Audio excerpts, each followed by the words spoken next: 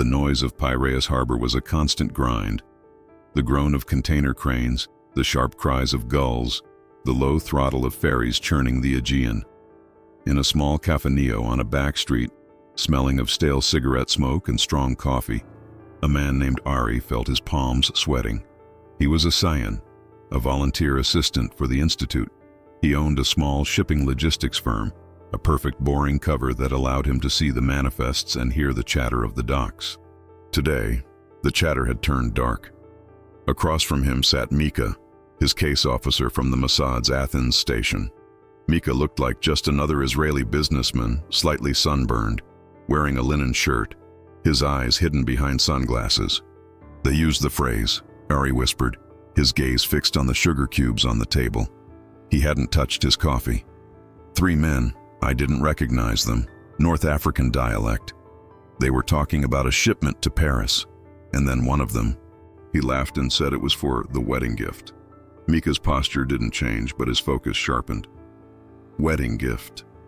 The code was old, almost archaic, but it was specific. It meant a high-casualty attack, a celebration intended for mass effect. "They mentioned a name," Ari continued, his voice barely audible over the clatter of dishes. "Al-Masri, the Egyptian. They said he was a true artist, that his gift would be undetectable, that it would fly higher than any of them dreamed." Mika paid the bill, left a large tip, and stood. "You did well, Ari. Go back to your office. Read the paper. Forget this conversation." Ari nodded, relieved. Mika walked out into the blinding Greek sun, the noise of the harbor washing over him. The intel was thin. A code word and a name. By the time he filed his report to Tel Aviv, it was already 8 p.m. In a sterile, windowless complex north of Tel Aviv, the report landed in the Tzomet division, the hub for human intelligence. Most night shift analysts would have tagged it, "Chatter, low confidence, requires corroboration." But one analyst, Dahlia, a quiet woman in her late 20s with a prodigious memory for failed plots, ran the name. Al-Masri. It pinged nothing. She tried the code. Wedding gift. It cross-referenced with a dusty file from 1986, a plan to place a barometric device on a flight from Rome. That plot had failed. She correlated Al-Masri and barometric. A new, thin file appeared.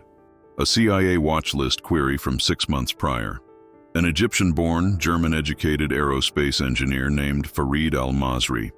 His entire family, wife, 2 daughters, had been killed 3 years ago in a coalition airstrike in Syria that had hit the wrong building. He had vanished a week later. He wasn't just a radical, he was a grieving ghost with a PhD in materials science. Dahlia escalated the file. She typed a single chilling assessment. "We are not looking at a standard threat. We are looking at a specialist. The Piraeus intercept suggests he is operational, and the target is aviation." The file was electronically stamped and sent to Caesarea, the operations division. It landed on the desk of Eitan, a senior Katsa, field officer.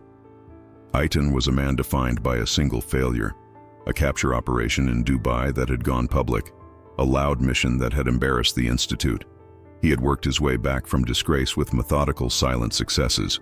He read Dahlia's analysis, then Ari's raw transcript. Fly higher than any of them dreamed. It wasn't a metaphor, it was a technical specification. Eitan picked up his secure phone. "Get me everything we have on Farid Al-Masri," he said to the head of research. "And find me Yael. I'm going to need a Kedon team." Farid Al-Masri was not a man, he was a set of principles. He did not use cell phones. He did not use credit cards. He did not use social media. He traveled by bus, by train, and by foot. He paid for everything in cash, which he received through an ancient Hawala system. In the eyes of the digital world, he barely existed. Mossad's Unit 8200, the signal intelligence behemoth, was useless. They could crack a nation's power grid, but they couldn't find a man who lived like a ghost. This made him a Caesarea problem. Eitan assembled his team in a soundproof briefing room. On a large glass wall, they built a portrait. The only photo they had was a 5-year-old university ID from Germany. A young man with kind eyes and a neat beard. "He is not a fanatic in the traditional sense," Eitan explained, pacing the room. "He is not seeking paradise. He is seeking revenge." He is a man of science. He sees the world in equations. His family was an equation that was incorrectly solved by a smart bomb. He intends to present his own. The research division, Unit 8100, the Q branch of the Mossad, began its own analysis. What would he build? He specialized in lightweight composites and stress tolerances. A young tech officer named Ben noted, pulling up al-Masri's doctoral thesis. He would consider a standard device. Crude, inelegant. The team dug into chemical purchase manifests across Europe. They found nothing under his name. He's not buying, Eitan said, staring at the photo. He's making. Or he's using precursors that are commercially invisible. They started a new search. Not for explosives, but for the components of a trigger. Barometric switches are simple, but a sophisticated one that could distinguish between cabin pressure and unpressurized cargo, one that was shielded from jamming. That was different. He wouldn't buy a trigger, Ben argued. He would build it. He'd need beryllium copper alloy for the contacts. He'd need a high-precision digital barometer, something you'd find in a weather station or a drone. They searched sales of hobbyist drone components. They found a cash purchase 2 weeks ago at a small electronics shop in Brussels. The shop's blurry CCTV showed a man in a baseball cap and hoodie. The height was right. The gait matched. It was their first glimpse of the ghost. So he has his trigger, Eitan mused. Now the payload, something that bypasses all known detection. TATP is volatile, Ben said. PTN will be flagged by any EGIS scanner. He's a materials scientist. He'll use a binary. The room went cold. A binary explosive consists of two separate, non-explosive components. They can be transported legally, disguised as anything. Cosmetics, industrial gels, even food. They only become a weapon when mixed. The Piraeus chatter, undiscoverable, suddenly made perfect sense. He will build the device, Eitan said, and he will find a way to get it on a plane. But he won't carry it himself. He's too careful. He's the engineer. He will use a mule. The profile was now complete. They were hunting a meticulous, patient, and invisible scientist who had designed a perfect weapon, and the wedding gift code meant the ceremony was soon. "Where is he?" Eitan asked the room. Silence. "Find the mule," Eitan ordered. "He can't build this in a vacuum. He needs a workshop. He needs a location." The hunt was no longer for a man. It was for a shadow, and the only way to find it was to find the one place he had to be, the city he planned to fly from. The breakthrough came not from a satellite, but from a sewer, or rather, the financial equivalent. A Mossad mole inside a Swiss banking firm flagged an unusual transaction. A clean account, dormant for 2 years, had received a deposit of 5,000 euros. 2 days later, that exact amount was used to prepay 6 months' rent on a small apartment in the 19th arrondissement of Paris. The apartment was rented under a fake French ID, but the name on the account, J. Fournier, was an alias linked to a known facilitator for the network al-Masri was tied to.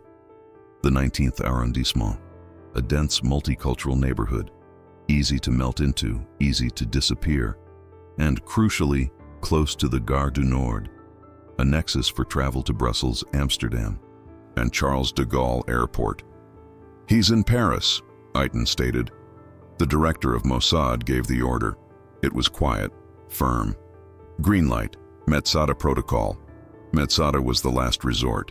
It meant the threat was so severe that all rules of sovereignty were secondary. The team would operate on French soil without the knowledge or consent of the DGSI, France's internal security service. If caught, they would be disavowed. Eitan landed at Le Bourget Airport on a private jet, carrying a diplomatic passport that identified him as a cultural attaché. Yael, the Kidon operative, was already in country. She had entered 6 months prior, posing as a Canadian art student. She was the tip of the spear.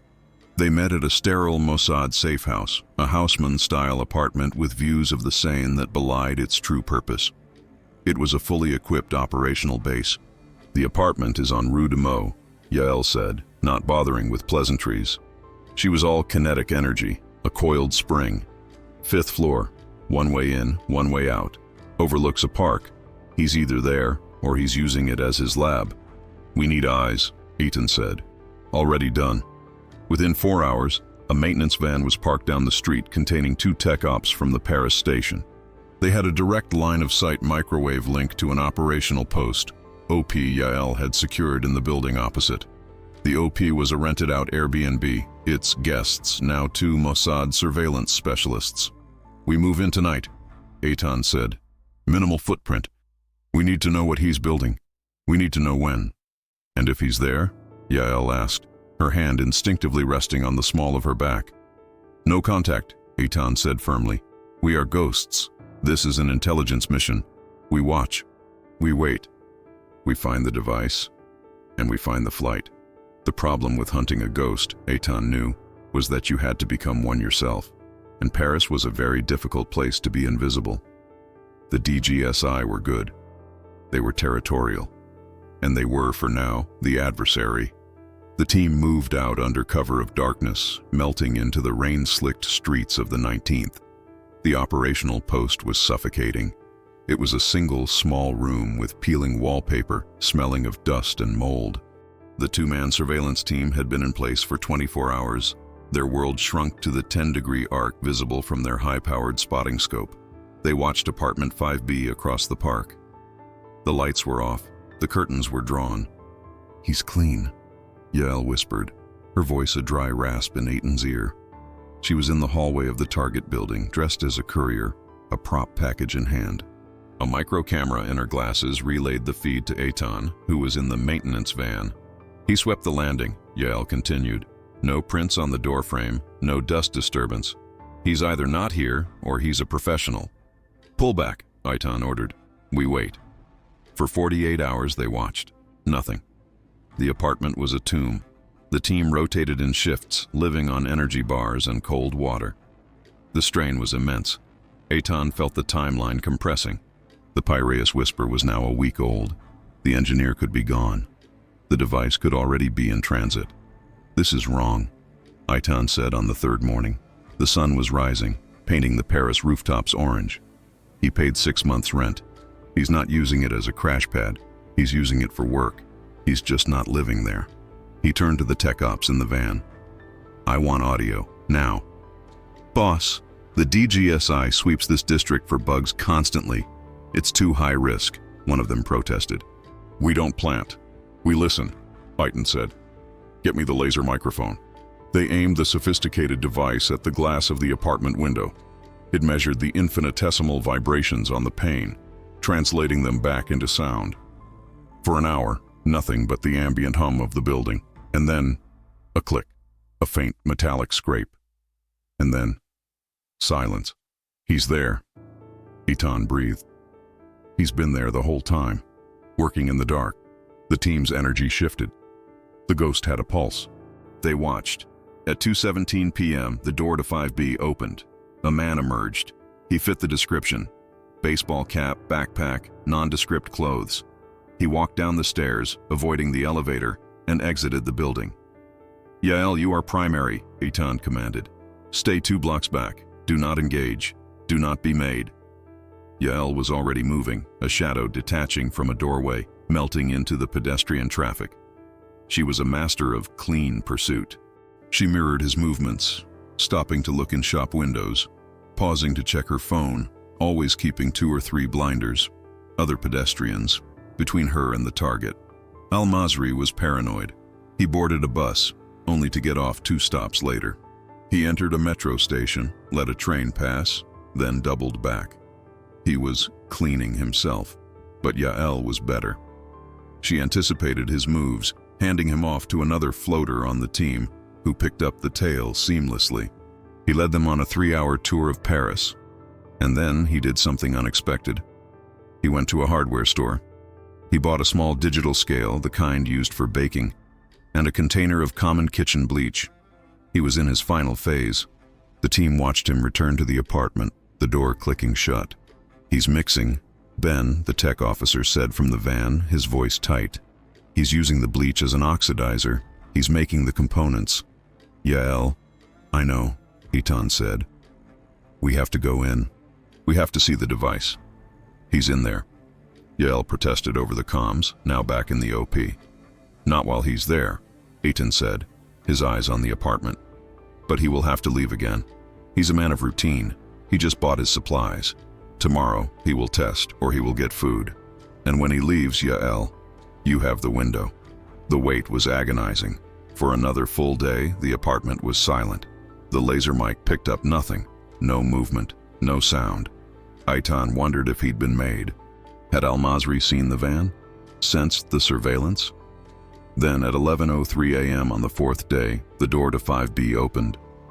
Al-Masri emerged carrying a small disposable trash bag.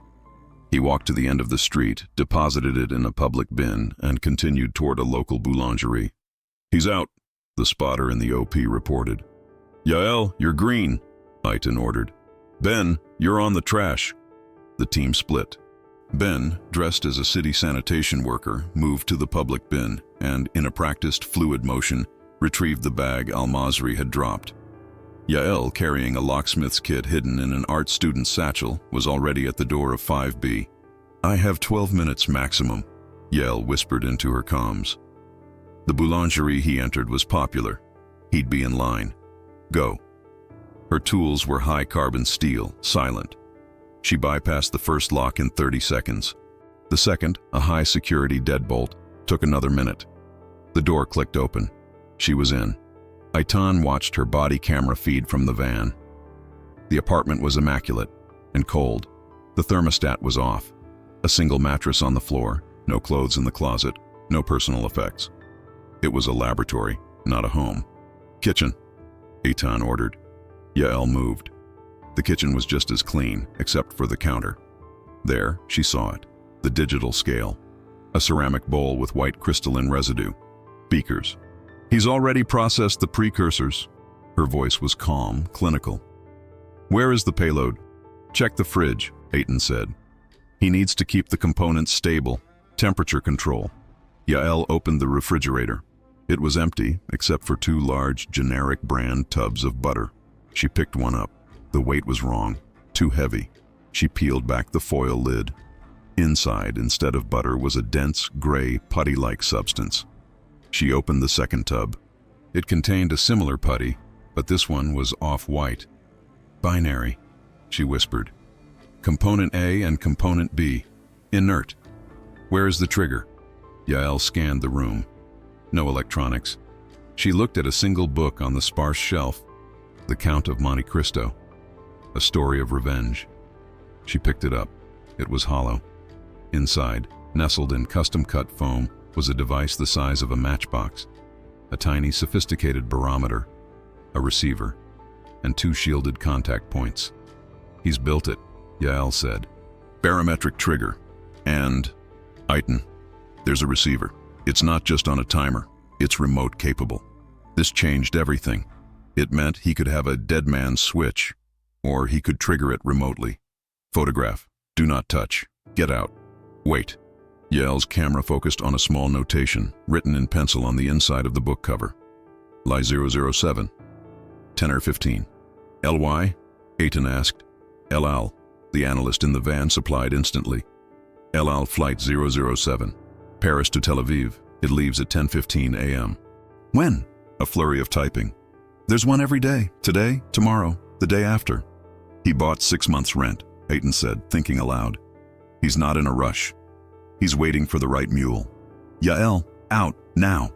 Yael closed the book, replaced the butter tubs, and wiped her gloves on a sterile cloth. She was out the door, the locks reset in under 8 minutes. She was halfway down the stairs when her comms crackled. Target is mobile, the spotter said, returning to building. Yael didn't run. She continued her calm descent. She passed Al-Masri on the landing between the first and second floors. She was just an art student. He was just a resident. He didn't even look at her. He was focused on the bag in his hand containing a single baguette. Yael exited the building, her heart hammering, but her face a mask of calm. Back in the van, Eitan looked at the analysis from Ben, who had processed the trash. Residue, acetone, hydrogen peroxide. He's making TATP, but not the standard kind. He's stabilized it with the putty. It's pliable. It would look like clay or marzipan, something a child would have. Lie 07. A flight full of Israelis. A high-value target. He has the device, Eitan said. He has the flight. Now, we find the mule. They had the what and the where, but they still didn't have the when. The pressure from Tel Aviv was immense. Now that a specific El Al flight was identified, the entire Mossad apparatus spun up. Why not just arrest him? The director asked Eitan over a secure line. Why not give the intel to the DGSI and let them roll him up? Because, Eitan argued, we have a receiver. We have a binary. He's not the mule. If we take him, the real carrier, whoever they are, might panic, or a handler we don't know about might trigger the device remotely as a contingency. We take the engineer, and the plane could still be in danger. We have to identify the carrier. We have to get the device and the engineer at the same time. The director was silent. He was giving Eitan the rope. Agreed. But the leash is 0. You let me know the second you have the date. We will stop that flight. We can't stop every El Al 07 for the next 6 months, Eitan countered. We have to find the mule. The team expanded their surveillance. They put a tracking device on Al-Masri's nondescript coat, a high-risk move Yael executed in a bump on the metro. Now, they could follow his every move. For 2 days, he did nothing. He stuck to his simple routine. Boulangerie, park, apartment. He was waiting. What is he waiting for? Eitan said, frustrated. Dalia, the analyst back in Tel Aviv, provided the answer. I've been running manifests for LY007 for the next 2 weeks. No names match any watch list. But I've been looking at bookings, not just passengers. Specifically, bookings made through travel agencies in the 19th arrondissement. She found it. A family of 4. A father, a mother, a 6-year-old girl, and an infant. The booking was made in cash. The names were clean. A French-Israeli family, the Morvans, returning home after a vacation. So, Eitan asked. It's a family. The travel agent they used, Dalia said, is 2 blocks from Al-Masri's apartment, and the father, Mr. Morvan, listed his occupation as a sound engineer. He's traveling with specialized equipment cases. Eitan felt a chill. A perfect shielded container for the components. He's going to swap the cases. But why this family? He's not, Dalia said, her voice grim. I dug into the travel agency. The owner has a cousin with ties to the same network. I think the family is completely innocent. They just used the wrong travel agent. The agent has their itinerary. He knows their hotel. He knows their luggage. The plan became horrifyingly clear. Al-Masri wasn't going to hand the device to a co-conspirator. He was going to plant it. He's going to plant the device on a family, Eitan said. No, Yael countered from the OP watching the street. It's worse than that. The components are in the butter tubs. The trigger is in the book. He still has to assemble it and pass it. He's not going to break into their hotel room. It's too risky. Then how? He's moving, the spotter suddenly said. Target is mobile. Backpack is on. Al-Masri left the apartment. The tracking device led them not to a hotel, but to a small run-down toy store near the Gare du Nord. Yael, inside, Eitan commanded. Yael entered the shop seconds after him, posing as a customer looking for a gift. She watched Al-Masri from the next aisle. He wasn't browsing. He went straight to a specific item, a large plush teddy bear. He bought it, paid in cash. He left the store and went to a small anonymous hotel. He didn't go in. He sat in the cafe across the street, waiting. He's meeting someone, Eitan said. An hour later, a man came out of the hotel. He looked nervous. He sat down opposite Al-Masri. That's the travel agent, Dalia's voice confirmed in their ears, running the image through facial recognition. Al-Masri slid the bag with the teddy bear under the table. The travel agent took it. Al-Masri stood up and walked away, never looking back. The handoff was complete. The flight is tomorrow, Eitan said. The Morvan family. LY007, 10:15 a.m. The engineer had built the device.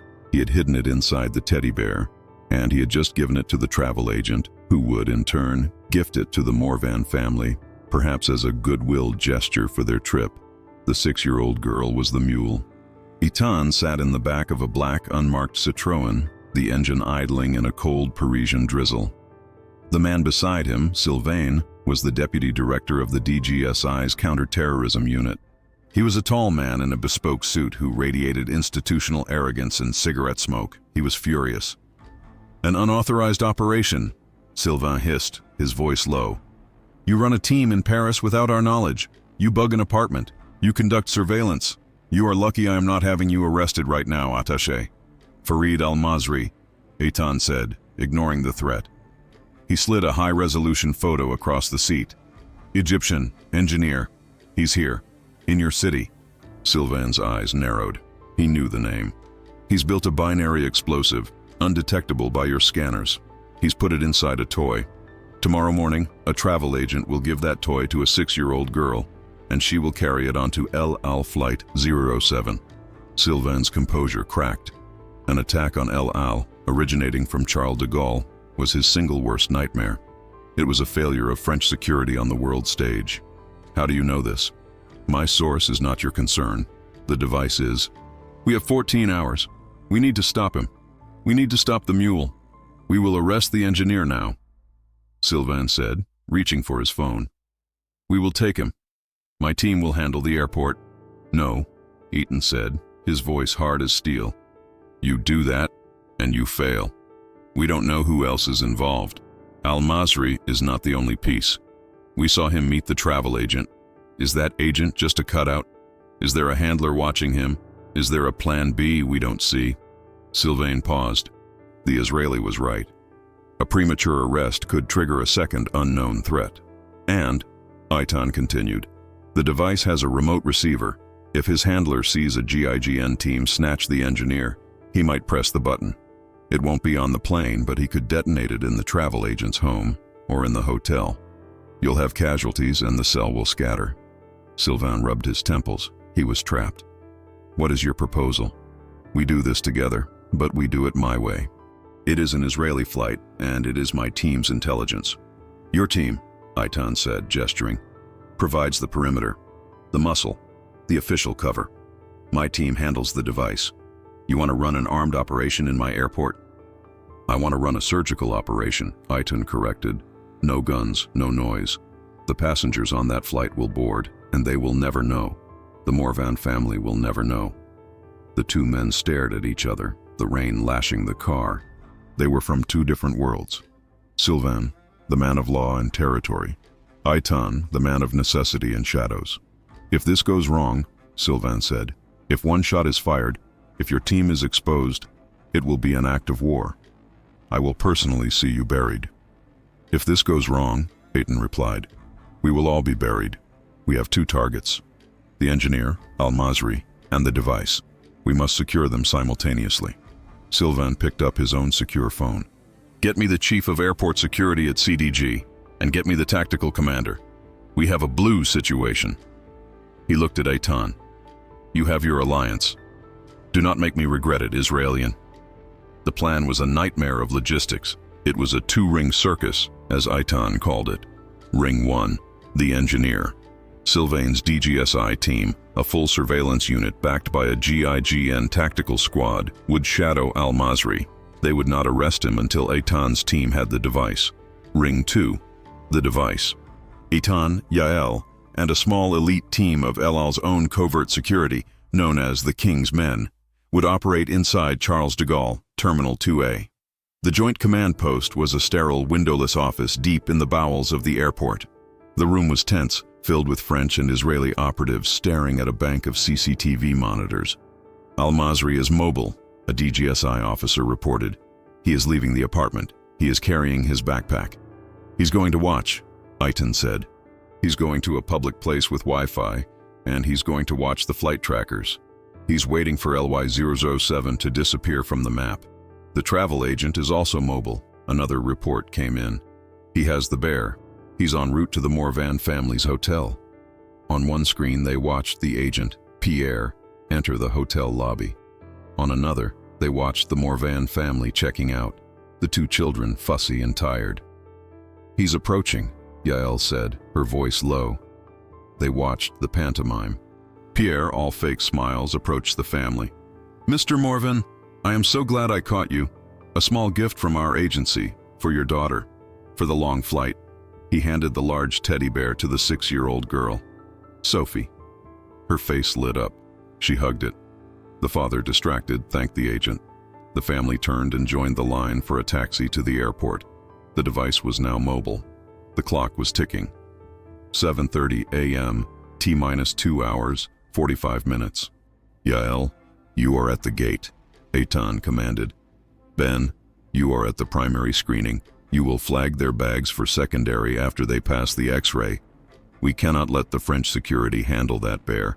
They will find the device, but they will treat it as a bomb. We need to treat it as a hostage. It must be silent.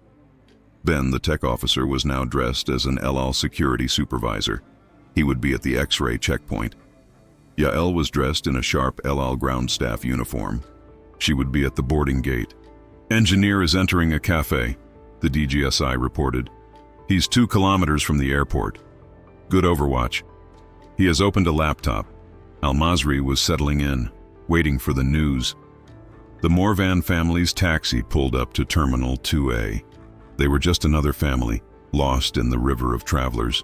The little girl, Sophie, clutched her new bear tightly. Charles de Gaulle was a sea of controlled chaos, but at the El Al check-in, the atmosphere was different. It was an island of Israeli security. Every passenger was interviewed, every glance assessed. The Morvan family reached the check-in. The father, hassled, put his large sound equipment case on the belt. The El Al security chief, a Mossad veteran named Ami, gave Eitan the signal. He was at the desk. Mr. Morvan, I see you have professional equipment, Ami said pleasantly. We will need to screen this manually. Please follow me. This was the first sift. They separated the father from the family. While he was taken to a private room to have his clean equipment searched, the mother and 2 children were fast-tracked through security. This left the mother, the infant, and Sophie, who was holding the bear. They reached the main security checkpoint. The French officers, unaware, motioned them through. The mother put her carry-on bags on the belt. Sophie, crying, refused to let go of the bear. Ma chérie, you must put the bear on the belt, the mother said. Sophie placed the bear on the tray. It slid into the X-ray machine. In the command room, Eitan and Sylvain watched the X-ray feed. To an untrained eye, it was just stuffing and a small jumbled collection of plastic and metal. A voice box. But Ben, standing next to the French screener, saw it. The 2 dense, putty-like masses. The distinct, clean lines of the custom-built barometer. He put a hand on the French officer's shoulder. I'll take this one. Random check. He tagged the tray. As the bear came out, Ben smiled at the mother. Secondary screening, madam. Please, right this way. He led the mother and her children away from the main flow, toward a private, sterile room. This was the trap. In the command room, Eitan watched the feed from the cafe. Al-Masri was sipping an espresso. He checked his watch. 09:15 a.m. The device is in the sterile zone, Eitan said. Sylvain, your team is on warning. Do not move until I give the word. The private screening room was, in fact, a trap. It was small, soundproofed, and occupied by 3 people. Ben, the tech officer, Yael, in her ground staff uniform, and a 3rd operative, a woman named Shira, who specialized in psychological operations. Madam, thank you for your patience, Yael said, her voice radiating calm authority. The mother was becoming agitated. We're going to miss our flight. This will only take a moment, Yael said. She looked at Sophie. That is a very beautiful bear. She took the bear from the tray. She could feel the weight. It was subtle, but it was wrong. We just need to scan the toy. It's a new regulation. Yael lied smoothly. You'll break him, Sophie cried. This was the critical moment. Shira knelt, pulling an identical teddy bear from a bag under the desk. This one, however, had a bright red ribbon. Oh, but look, Shira said, her voice warm and maternal. This one is his brother, and he has a special travel ribbon so he can fly. Sophie, a 6-year-old, was momentarily distracted by the new, better bear. Can I? You can hold him, Shira said, while my friend makes sure your bear is healthy for the flight. As Shira performed the swap, distracting the child and mother, Yael turned her back, the dirty bear in hand. She placed it behind a small blast containment screen, a feature of all El Al security rooms. Her hands moved with surgical precision. She didn't use a knife. She used a seam ripper. She opened a single seam in the bear's back. Inside, nestled in the polyester stuffing, was the device. It was exactly as she had seen in the apartment. 2 gray and white putty blocks wrapped in plastic. A small central trigger mechanism. The barometer was active. The receiver light was dark. Not armed yet. She saw the arming switch, a tiny foil-covered contact. If Al-Masri sent the signal, or if the barometer hit 18,000 feet, the circuit would close. A small charge would ignite, mixing the 2 components. The resulting explosion would be catastrophic. Her fingers, delicate as a surgeon's, disabled the primary circuit. She placed a shunt, a small device that would neutralize any incoming remote signal. She removed the entire package. It weighed nearly 2 kilograms. She palmed her radio. Device is secure. I repeat, device is sterile and secure. She placed the disarmed device into a lead-lined containment box. There, Yael said, turning back to the family, zipping up the now empty, clean bear. All healthy. You are all set. The mother, flustered, took the original bear and herded her children out of the room. Thank you, thank you. Yael personally escorted them to the gate. We've held the flight for you. You'll be boarding right now. The family, blissfully unaware, walked down the jet bridge. Sophie Morvan was holding both bears. In the Joint Command Center, the tension did not break. It shifted. Device is secure, Eitan repeated. He looked at Sylvain, who had been holding his breath. Ring 1, he's all yours. Take him. Sylvain spoke into his microphone. Team Alpha, allez, allez, allez, go. Across town, in the small cafe, Farid Al-Masri was refreshing his flight tracker app. Lie 007 was still listed as boarding. He frowned. It was past the departure time. He looked up from his screen, just as the cafe's front door exploded inward. It was not an arrest. It was an abduction. The GIGN team, in black civilian clothes, moved with blinding speed. They were not there to read him his rights. Before Al-Masri could even stand, a black hood was over his head. He was lifted from his chair and bundled out a side exit into an idling van. The entire operation took 4 seconds. The other cafe patrons were still processing the sound of the door breaking. Simultaneously, a second DGSI team hit the travel agent's office. Pierre was in mid-call. He was arrested, cuffed, and removed before he could utter a protest. The French, when they decided to move, were brutally efficient. Back at CDG, Eitan watched the CCTV. The jet bridge was pulling away. LY-007 was pushing back from the gate. All assets, he said into his comms. Pull back. Clean. Yael was already gone, melting into the terminal crowd, her El Al uniform in a trash bag. Ben was back in the command center, stripping off his supervisor's jacket.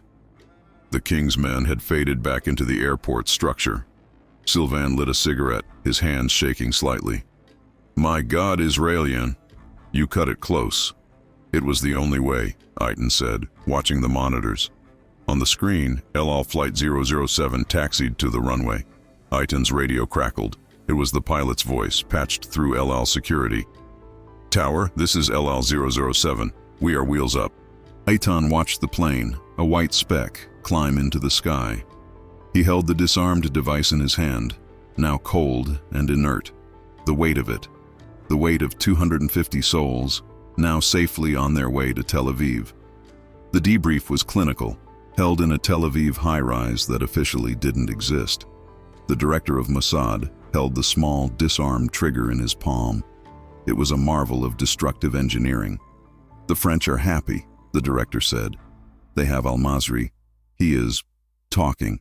He will not see a courtroom. They have rolled up the entire Paris network. A clean operation, Eitan. A textbook success. Eitan said nothing. He was looking out the window at the blue sky over the Mediterranean. The Piraeus Scion has been paid and relocated. The director continued.